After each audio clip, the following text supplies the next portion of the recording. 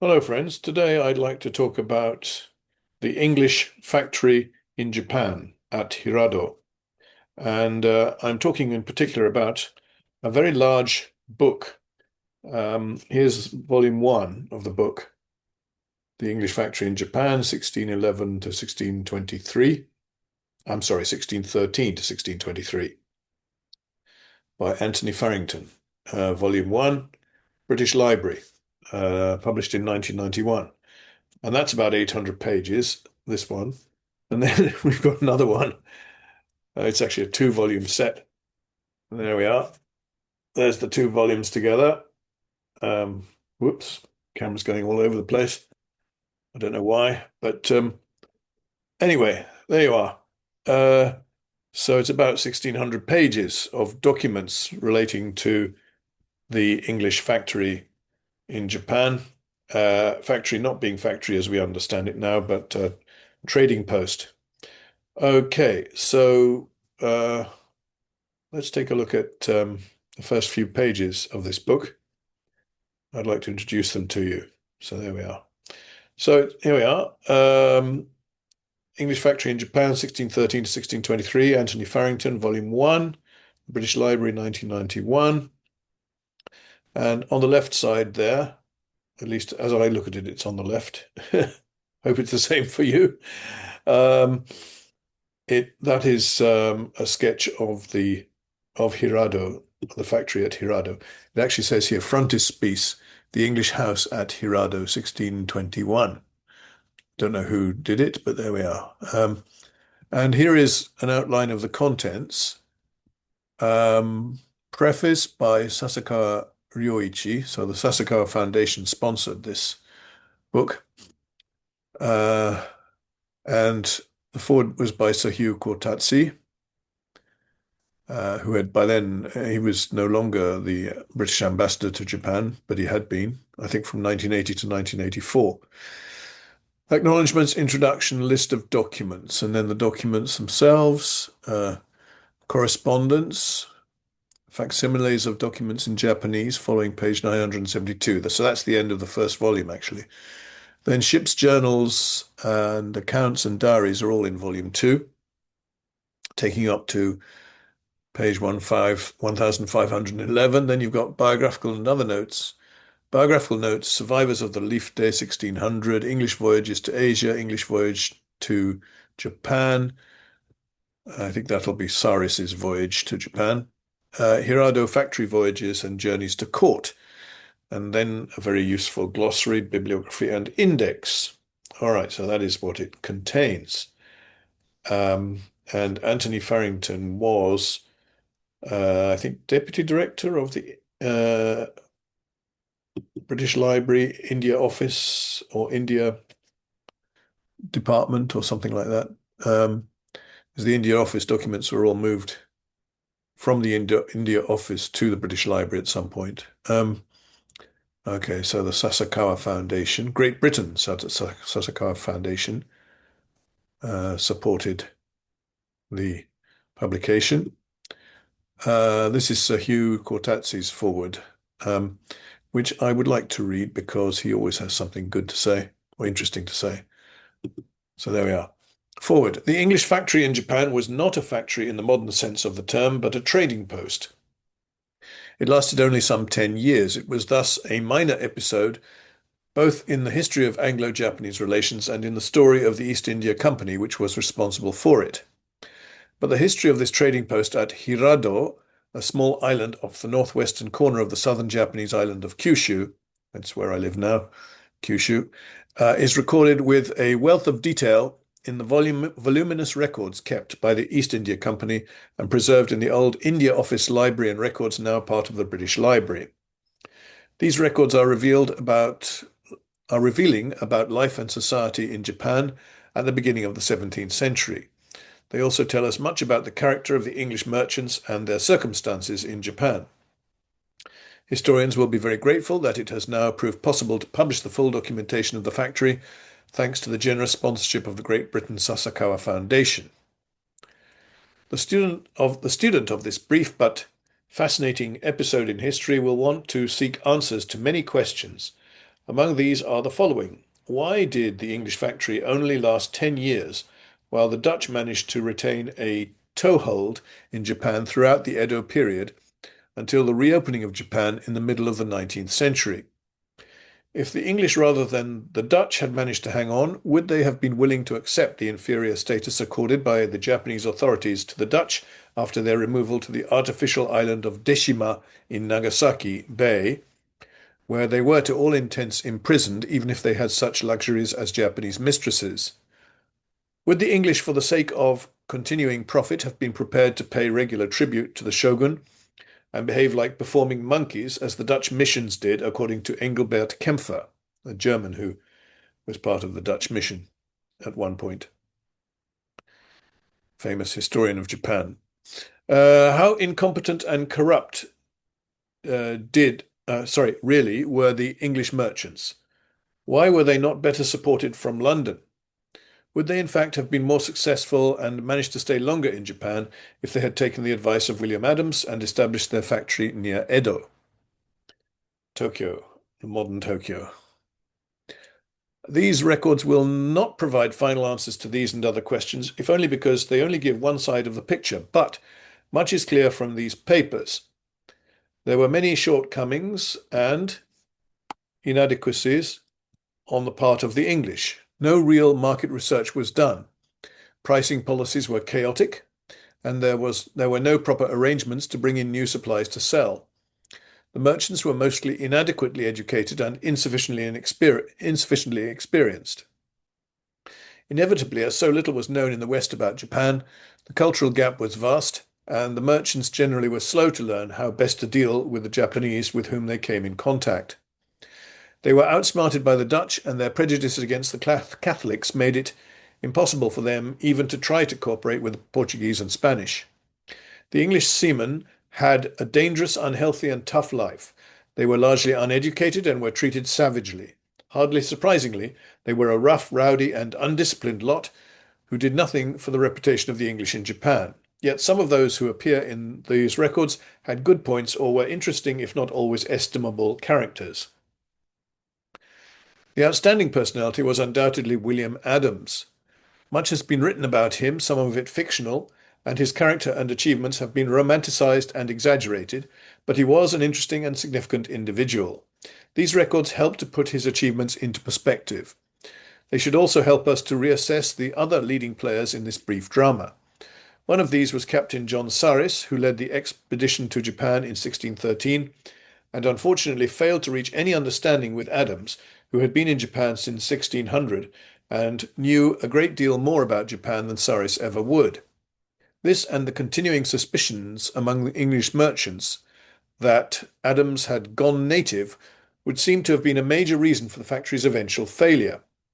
Richard Cox appears to have tried to make it a success, but although he was no fool and he had inadequate backing, he was not up to the job. After the closure of the trading post at Hirado in 1623, the East India Company made some desultory efforts to reopen contacts and trade, but they never gave Japan a high priority. India was a huge and promising market. British merchants also saw more immediate profit in parts of Southeast Asia. In the 19th century, China offered many more opportunities. When we look back on the history of the English factory and of the low priority given to Japan until the second half of the 19th century, we can see certain parallels with the post-war era. British exporters have frequently given greater priority to markets which were closer or easier to exploit than that of Japan. Market research has not always been done adequately by would-be exporters to Japan. Continuity of supply has not invariably been guaranteed. Quality control has not always been sustained, and pricing has sometimes been chaotic. British exporters have not generally learnt enough about Japan and have found it difficult to bridge the cultural divide. History does not repeat itself, and lessons are hard to learn from history, but a perusal of the story of the English factory in Hirado could be beneficial to more than the expert historian, Hugh Cortazzi. Interesting. Well, my father was briefly involved in setting up an office in Tokyo for an engineering company. I wonder, I don't think they ever met, but I wouldn't know. Um, All right, so various acknowledgements, which I think we'll pass over. There's a good map here. Asia in the 17th century, with all the main places of interest.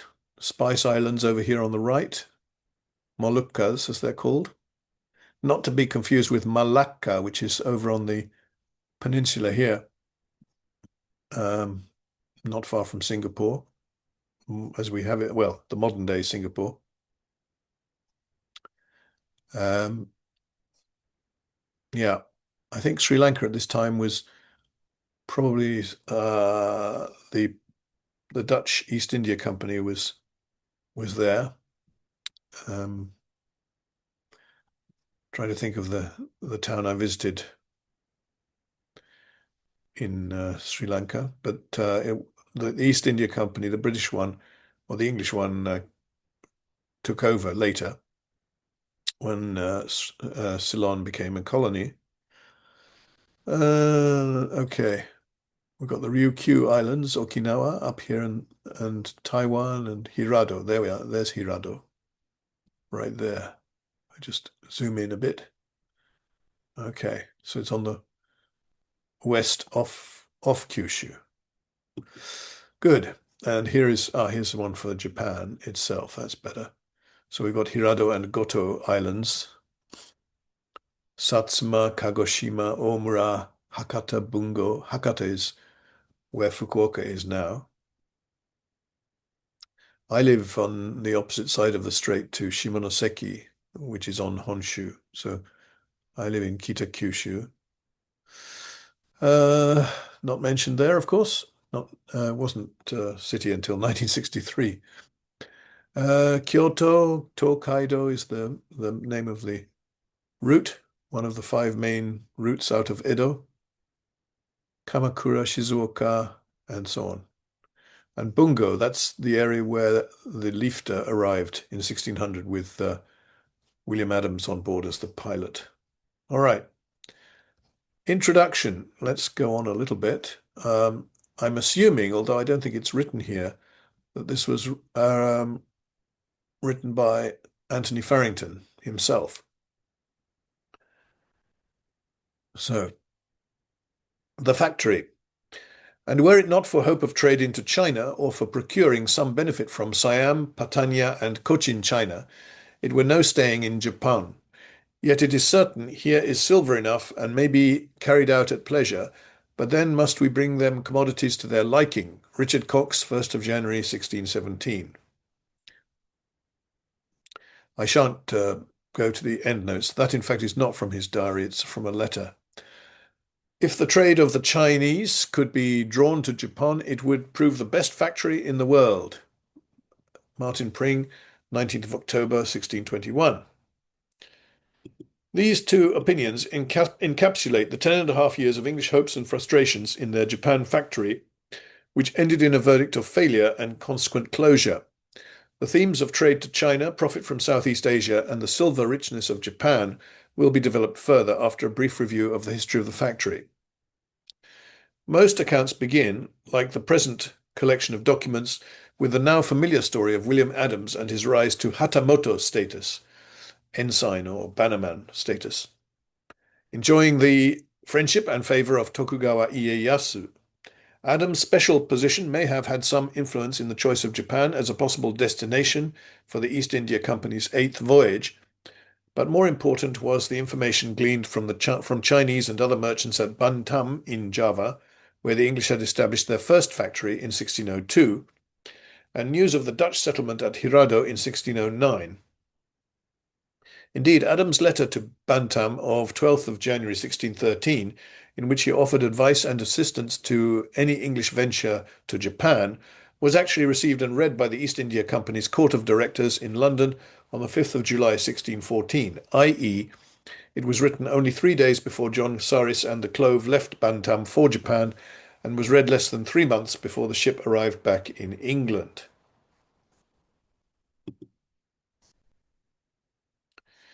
The Clove reached Hirado on 11th of June 1613. After a friendly reception by the local daimyo Matsuura Shigenobu, I think there should only be one U there, frankly. It should be Matsura, Shigenobu, or Hoin, and a delay until Adams arrived. Saris went up to visit Tokugawa Ieyasu at Shizuoka and his son Hidetada at Edo. With the help of Adams, the English obtained permission to settle at Edo and to trade throughout Japan, although their own interpretation was that they could settle anywhere. When Saris sailed on the 5th of December 1613, he left behind at Hirado a factory of 7 Englishmen: Richard Cox, Tempest Peacock, Richard Wickham, William Eaton, Walter Cowarden, Edmund Sayers, and William Neilson, assisted by Adams and detailed instructions for opening trade. They were ordered to fit out a junk for Southeast Asia, to disperse some of their number around the principal cities of Japan, and to be cautious in their dealings with Adams.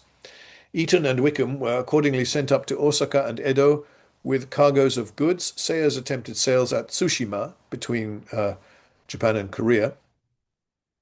And Peacock and Cowarden sailed for Cochin, China, that's the southern part of Vietnam, in a Japanese junk with a cargo worth 2,983.8 tais, 746 pounds, a disastrous voyage from which they did not return.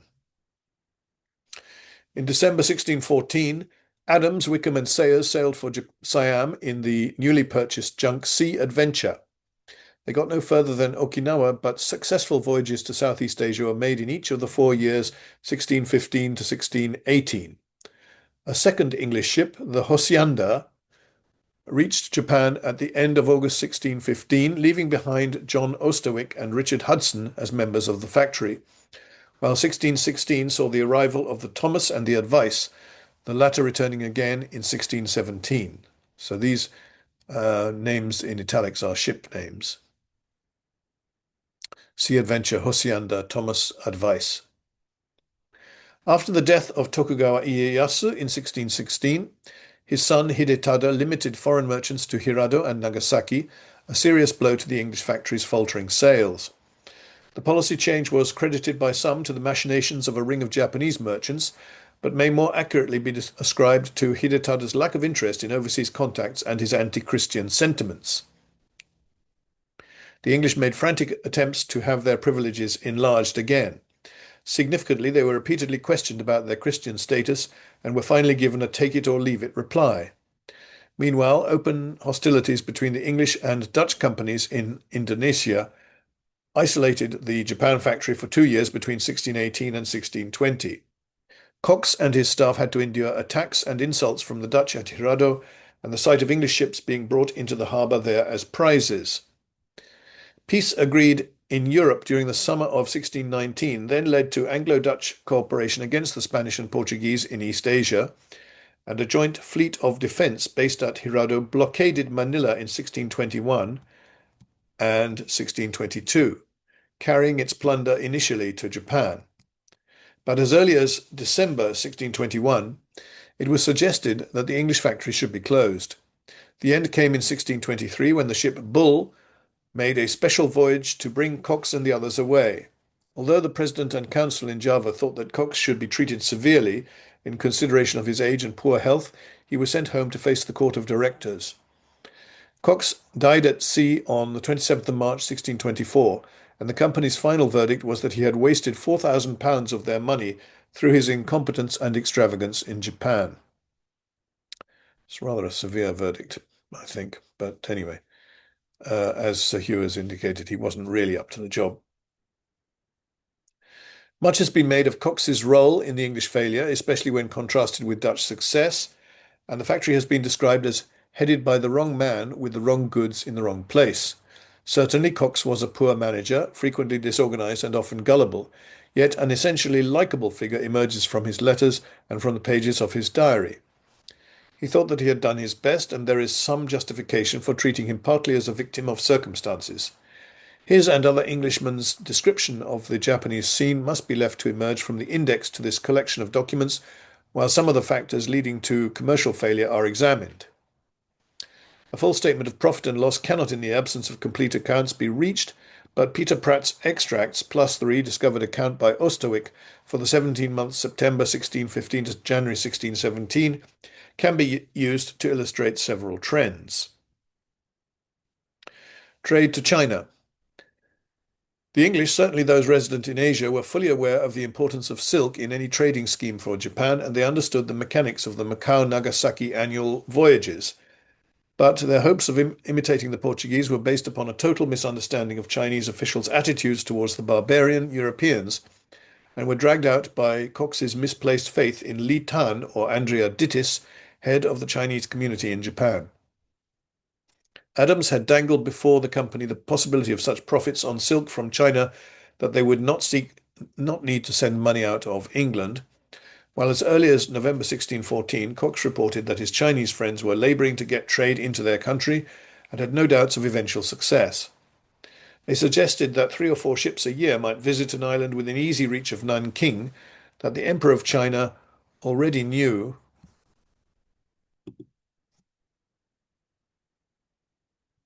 of the friendly reception the English had received in Japan, and that a letter and present should be sent to him by the King of England. A month later, Cox asked President Jourdan at Bantam to use all China kindly, and will all other Englishmen to do the like. That's command all other Englishmen to do the like, for my hope is great. The court of directors became equally excited, and in September 1615, Cox was appointed their official agent for the China business. In February 1620, he related how a blank royal letter carried out on the hacienda had been directed with a small present to 2 Chinese noblemen, Chisian Dikuko and Ticham Shufno, no doubt the project of Li Tan's imagination. However, the company in London was equally gullible, and indeed began to act as if the fantasy was already fact, starving their factories in Southeast Asia of money in anticipation of mythical revenue from Japan. By January 1617, the delay was attributed to the Emperor of China's campaigns against the Tartars, though Cox said that he had written further letters to Ticham Shufno and to Lord Fukuoka, the Emperor's secretary, with a present of 500 ties, £125 in gold, plus 200 ties, £50, expenses for the bearer. The whole endeavour must have provided a useful source of additional income for Li Tan and his associates, who skillfully managed to keep Cox's hopes alive from one year to another. So poor old Cox was duped, basically, by the Chinese.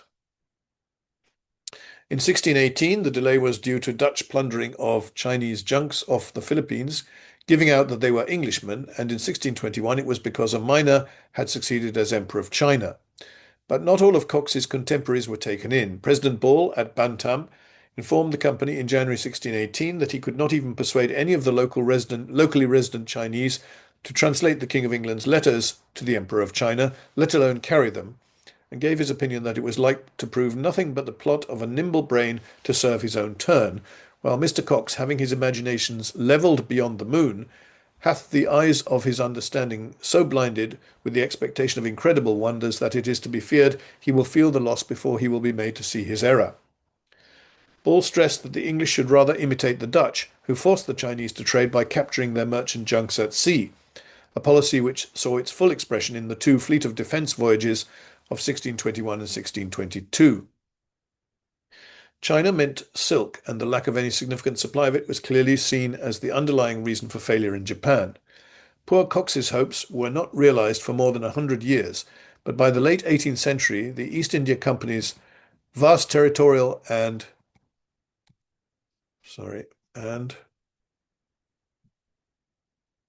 commercial empire in South Asia rested upon the profits of its trade to China, with tea as the new wonder commodity.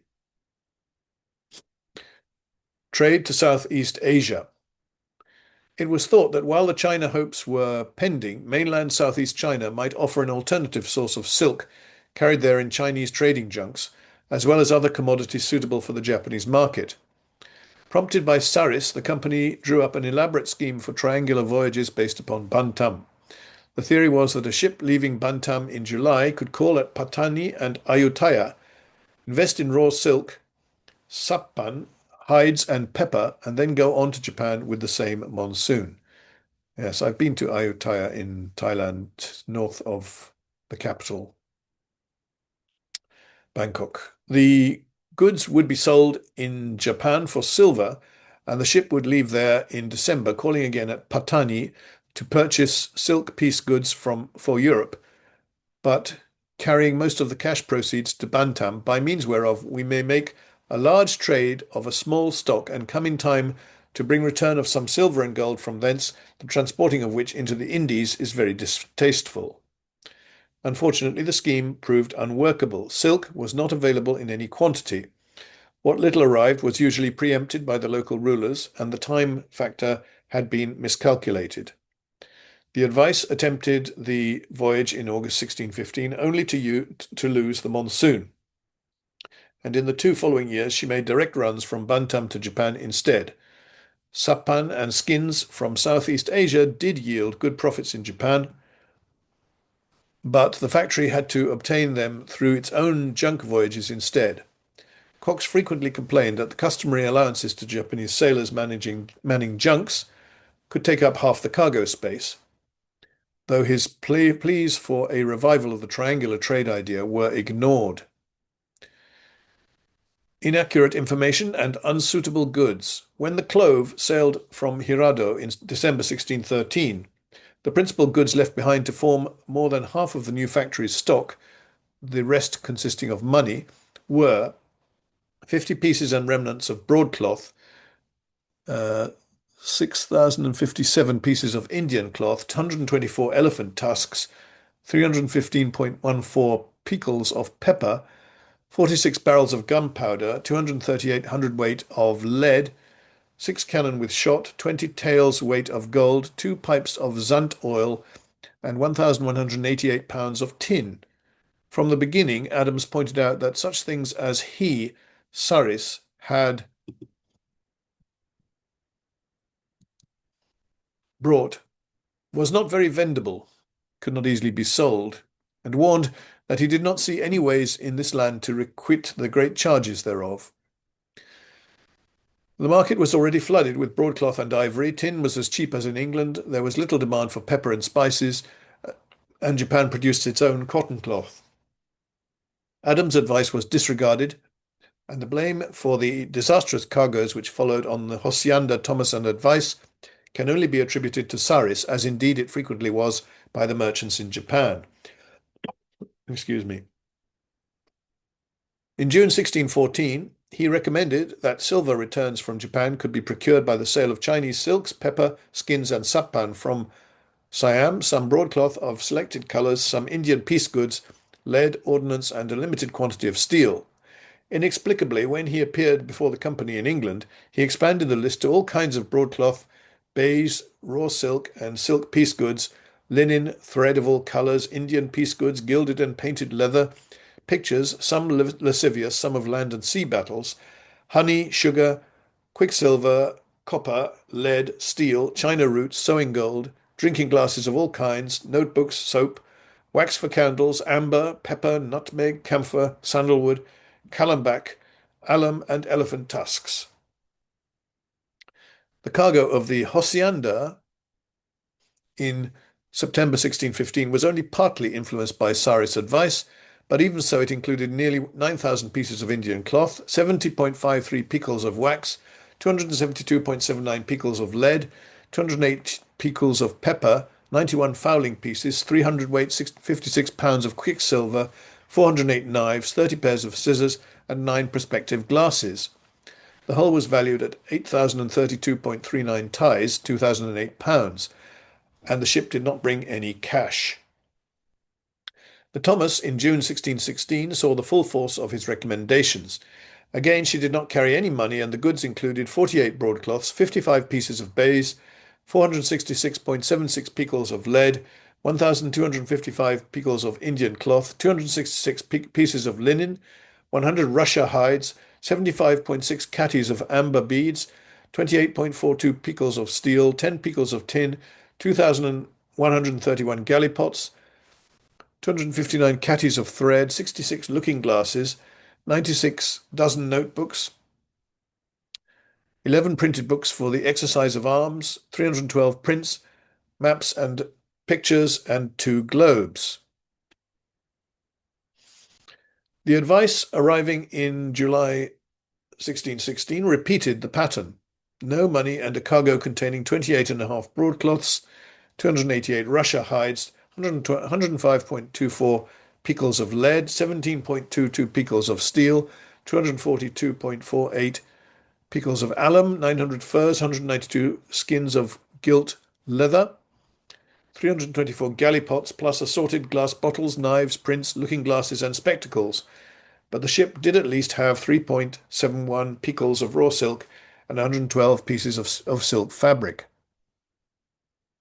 Sales of the European goods were often painfully difficult. Many of them were disposed of as presents, others were carried on the junk voyages to Southeast Asia, and a large remainder lay for years in the factory's warehouses. Apart from their general unsuitability, items also arrived in poor condition or deteriorated in storage. Cox complained frequently about cloth, which was either rot or rat-eaten, both equally applicable. Indian piece goods were stained with mildew or spoiled by cockroaches, guns were rusty, and sacks of pepper contained sticks and stones. Wickham neatly summarized the dilemma. If we were learned alchemists, we could not so soon turn metals into silver as the Honourable Company, being deluded, are boldly confident that we can turn these idle commodities into money. The Japanese market. Leaving aside silk, which was hardly ever available to the English, most of the European and Asian goods which they brought to Japan had an essentially luxury or novelty appeal, and it was only hard experience which gave the merchants some insight into the Japanese market and its business methods. England's principal export, broadcloth, was marked up to a high figure in Japan. Individual sales were small, and the uses of the cloth for saddle coverings, linings for weapon and armor boxes, and occasionally for military surcoats, jimbaori, could never have provided an outlet large enough to satisfy the company's hopes. It was soon noted that the Japanese preferred sad colors, somber shades of blue, cinnamon, ochre, and violet, while greens, pinks, and reds were difficult to move. Indian piece goods were also subject to the standards of Japanese taste and the vagaries of changing fashion. When first embarking upon sales at Edo in May 1614, Wickham recorded that the nature and condition of these Japaners is to buy those commodities that are most rare and at the time when they are most dearest. So likewise do they inquire after all sorts of new stuff, fantastically painted or striped, such as are not usually brought hither. But in 1615, the only Indian cloth finding a ready sale was that with white spots on black or blue grounds. Cox informed Bantam that as well as having newfangled patterns, Indian cloth needed to be of a suitable length and breadth for kimono. According to Coppendale, the people are so mutable that that which is a good commodity this year will prove a drug another year. Such a sophisticated market was hardly likely to succumb to English spectacles and gallipots, and even pictures and maps sent out failed to tempt the literati. Gallipots are kind of tankard, I think. It is no sending such rich pictures for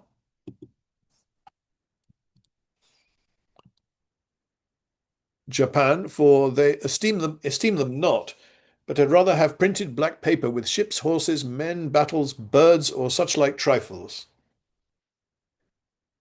Similarly, the English had to master the mechanics of the market. At first, they were suspicious of normal Japanese credit trading methods, complaining that these Japaners are so slow in payment that, though sure enough that they tire me with importuning them for money, and yet if I should not trust them, I should not sell for sixpence of goods in a year. Adams had to persuade his colleagues of the wisdom of allowing Japanese middlemen to hold sample goods on a sale or return basis, giving them a profit on any orders which they produced. Such middlemen often doubled as the English hosts in the principal cities of Japan, and when the factory's direct activities were confined to Hirado and Nagasaki under the revised privileges of 1616, Adams and 6 Japanese at Edo, Sakai, Osaka, and Kyoto between them held goods valued at cost at 4,184.27 tais, 1,046 pounds. Some of this stock was eventually returned to Hirado, incurring freight charges and other expenses, but even so, sales by the hosts after December 1616 produced at least 7,000 tais, 1,750 pounds. Cox, however, still managed to grumble because in these sale or return arrangements, the hosts insisted upon a fixed price to the English and would not negotiate upwards even if their own profit reached 200%. The choice of Hirado.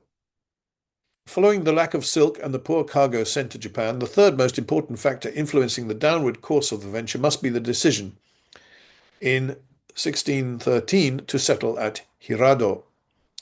Adams pressed for a site near Edo, and Sarri's suspicions of his motives, part of the general animosity between the two men, may have negatived this advice, but the choice of Hirado should perhaps be seen as yet another example of the way in which the English trailed along behind the Dutch in Asia during the early years of the company. The Dutch were already settled at Hirado, and so the English followed them, complaining about sharp practice and hostility, but unwilling to become innovators. The English at first congratulated themselves upon the absence of customs duties in Japan. They soon discovered that, apart from the constant small presents which were a feature of life in Japan, they were expected to make substantial gifts when their ships arrived or upon other important occasions, not only to the daimyo of Hirado and his entourage, but also to Ieyasu, Hidetada, and their councillors. Settlement near Edo would have cut out the daimyo's presence and would have eliminated much of the expense incurred in travelling up and down Japan and by being forced to freight goods from Hirado to the Osaka and Edo regions. The cost of journeys between December 1613 and December 1618 was at least 5,630 tais, £1,400. Presents at Hirado upon the various arrivals of the Hacienda, Thomas, and Advice amounted to 1,070 tais, £270, with a further 1,480 tais, £370, to the Tokugawa. Despite its long tradition as a harbour for the Portuguese before they moved to Nagasaki and for Chinese traders, the small fishing port of Hirado was pathetically remote from the cities and therefore markets of Japan. One can only speculate whether, if the English had settled near Edo, the same problems would have arisen after 1616. Near Edo, or even near Osaka, which is the great commercial city of Japan. Sales, profits, and expenses. Because there are no complete accounts for the whole period of 1613 to 1623, the figures which follow are necessarily tentative. They do, however, reflect the overall pattern of sales against expenditure, disregarding the valuation of unsold or unsaleable stock. The factory's opening stock when the Clove left Japan in December 1613 was 22,589.6 tais, that's £5,647, 11 shillings, of which 2,983.8 tais, £746, or 13%, was almost immediately lost in Cochin, China, the southern part of Vietnam. Between then and the arrival of the Hacienda on 31st of August 1615, sales totaled 10,487.64 tais, £2,622, against expenses and presents of 12,612.24 tais, £3,153. The Hacienda, Thomas, and the first visit of the Advice added merchandise valued at 26,358.66 tais, £6,589, while the Sea Adventures, 2 voyages in 1615 and 1616, brought further commodities from Siam. Osterwick's detailed accounts for the 1st of September 1615 to 31st January 1617 reveal the same pattern of overall deficit, sales totaling 33,838.46 tais, £8,459, against expenses and presents of 36,839.74 tais, £9,210. Few figures are available for the later years, but the deficit trend was perhaps halted for a time.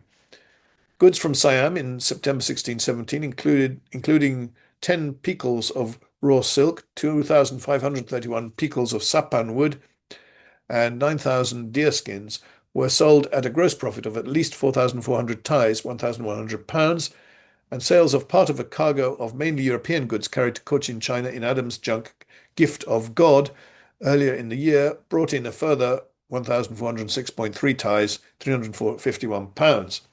However, in the same voyage, 656.66 tais in money were stolen from Sayers. Struggling against serious handicaps, the factory did manage to unload many of its unsuitable goods, plus bulk commodities from Southeast Asia at high gross profit margins.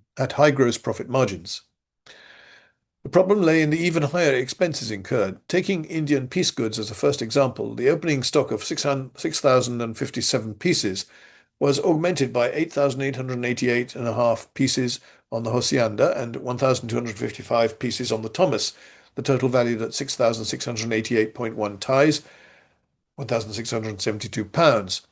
Sales between December 1613 and January 1617 disposed of at least 9,770 pieces for 9,256.92 ties, 2,314 pounds. A gross profit of 2,568.82 ties, 642 pounds, or 38% over the total cost. Sapan wood brought profits of 200 to 230%. Silk varied up to 300%, while the only recorded sale of European prints brought 400%. The position with broadcloth, though, was less happy. The opening stock, plus arrivals on the Thomas and Advice, totaled 126.5 cloths and remnants, valued at 10,037.01 ties, 2,509 pounds. Sales to January 1617 only total 6,256.72 ties, 1,566 pounds. Turning now to expenses, the following examples show the pattern. Purchase of land and building the factory's house and godowns, that's storehouses, from the Malay godang, at Hirado, February 1614 to January 1617, 2,577.58 ties, 644 pounds. Household charges, salaries and wages, December 1613 to January 1617, 7,796.37 ties, 1,949 pounds. Purchase of the Sea Adventure and voyage charges, August 1614 to December 1618, 9,349.15 ties, 2,377 pounds. Charges of careening, refitting and victualling the Hacienda, Thomas and Advice, September 1615 to December 1617, 6,391.31 ties, 1,598 pounds. And to these must be added presents, journeys, and the hopeless investment in the China dream. The company's estimate of a £4,000 loss in Japan may have been fairly accurate, but, as will be seen, it does less than justice to the factory's effort during the fleet of defense years. The accounting nightmare. The state of his accounts was one of the charges made against Cox by the president and council in Java. Incompetence may have been thought as a cover for malpractice, but it must be ironical that President Ball, who so self-righteously interfered with the transmission of the factory's account books, was eventually sued for £70,000 for private trading. In Japan, Nielsen and then Osterwick were detailed to assist with the bookkeeping. Apart from frequent ill health and the absence of Cox on his wearisome journeys, they had to cope with goods scattered all over Japan and Southeast Asia, a bewildering variety of weights and measures, and conversions from sterling to reals of 8 and taels of silver. Reals and taels, or ties, were reckoned nominally at 6,000 and threepence and 6 shillings and threepence, beg your pardon, and 5 shillings, 5 shillings respectively. But in reality, the rate varied according to the fineness of the silver. The mess began before the clove left. Cox writing in November 1613, "The ship-making haste to depart, I could not make up my account in such order as I desired, a chief occasion proceeding per wrong packing our cloth of Cambaya." A year later, he complained that to this day I have not had time to perfect up my old books of accounts by means of the dispatching away of our people, some to one place, some to another, and the new building of our house, and after that the buying of a junk and repairing of her. In August 1615, the Hacienda brought orders to transfer the factory's money, goods, and debits to the new joint stock as opposed to the former separate stocks for each voyage, and to send an account to Bantam. Osterwick opened an excellent set of new accounts from the 1st of September 1615, but they appear to have floated on the top of the existing confusion. At the beginning of 1617, Cox sent off the factory's journal and ledger books, which were detained by President Ball. Cox complained at the time that he could not arrive at the just balance of anything, so it is little wonder that the modern student of the factory encounters the same problem. The Japan base. Unlike the English, the Dutch, while obviously striving for profit in Japan, made their factory at Hirado play a part in a wider strategy for trade monopoly in Asia. Adams informed the company that victuals, timber, planks, iron, hemp, and carpenters were cheap in Japan, and the people of this land are very stout seamen. But apart from necessary refits from the Hacienda Thomas and Advice, little advantage was taken of the situation. In December 1614, Cox described Japan as the Dutch house for their ambitions in the Moluccas, the Spice Islands, to where they carried rice, barley, beans, meat, dried fish, locally cast ordnance and shot, and samurai mercenaries. Next year, Coppendale reckoned that Japan's role as a commodious storehouse to furnish them with men, munition, and victuals at much cheaper rates than elsewhere had become the main reason for the Dutch presence in the country. Cox attempted in vain to persuade his masters in London that the English could do the same, despite promising them a flow of desperate, warlike people ready to adventure for good pay. The fleet of defence voyages did finally involve the English in this Japan-based concept, although the English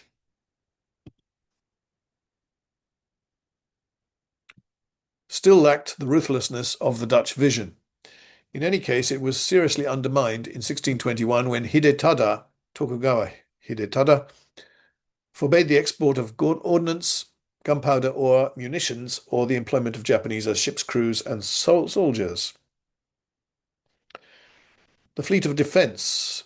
The progress of the short-lived alliance against Portugal and Spain can be followed in its consultations. The East India operations based upon Hirado were limited to a blockade of Manila and the plundering of Chinese junk traffic for 2 seasons. A separate Dutch attempt to capture Macau was beaten off with Chinese assistance.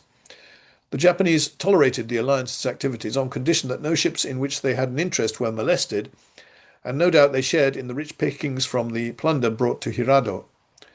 Cox and such staff as remained faced their busiest years coping with the problems and needs of 4 or 5 English ships at a time. Some further stock, mainly lead and iron, and more than 20,000 reals in cash, £6,250, arrived in the ships of 1620, partly to offset fitting and provisioning costs, which can perhaps be estimated at 30,000 ties, £7,500. Charges for the James Royal alone, which was sheathed from the keel, amounted to 9,408 ties, £2,352. In 1621, the fleet captured 5 junks with goods and 2 frigates, one empty, the other carrying 50 sacks of rice. In 1622, it took a frigate and a junk, both richly laden, 5 other junks, and a few small boats. Sales at Hirado of the English share of the plunder totaled at least 52,650 ties, £13,162, to which must be added 12,511.8 ties, £3,128 for lead taken by Hidetada. Cox must have seen a temporary fulfillment of his Chinese dream, handling such goods as 213.5 picals of raw silk and 2,210 pieces of taffeta. The operation could hardly have been repeated indefinitely, but its phenomenal success has been inadequately recognized.